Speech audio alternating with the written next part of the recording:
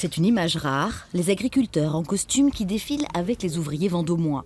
C'était le 24 mai 1968, Bernard Hureau avait 30 ans à l'époque.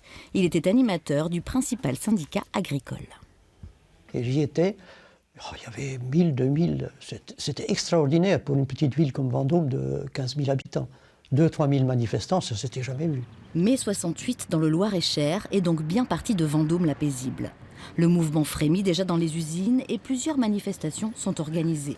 Mais c'est la grève éclair de 2 jours chez Bell qui a marqué les esprits.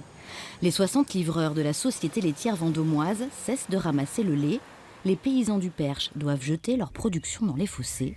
Le président de la FDSEA de l'époque, Paul Cormier, intervient directement auprès de la direction de Bell. Les salariés, comme la FDSEA, a mis les points sur les i à la laiterie Bell en disant « Qu'est-ce que veulent ces gars ?» 6%, plus je ne sais plus quoi encore. Et ça a été réglé en quelques heures. Et le travail a repris le lendemain. À Vendôme, les usines se mettent en grève les unes après les autres. Les manifestations de salariés s'enchaînent, toujours dans le calme. À Blois, le mouvement commence à prendre. Ce sont les salariés d'Air Équipement qui inaugurent les occupations d'usines. Puis l'imprimerie Del Duca prend le mouvement en marche. Quand on demande à ces retraités de la CGT ce dont ils se souviennent, 50 ans après, leurs souvenirs sont intacts. Et tout le monde se retrouvait en bas à la cantine, sauf quelques-uns comme nous qui étions un peu perdus parce qu'ils n'étaient pas passés dans tous les ateliers.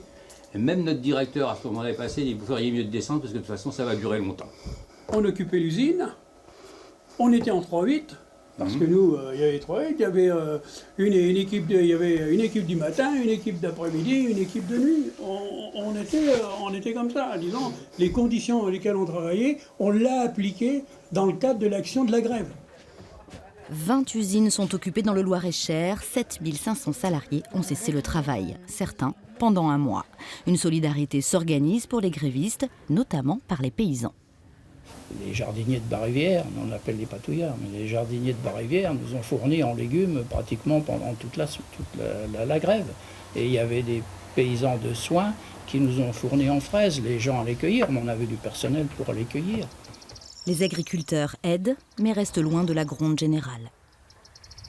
Leur syndicat majoritaire ne veut pas y participer. Dans le syndicalisme paysan, il y avait des gens de gauche, de droite, du centre, de toutes les tendances. Hein.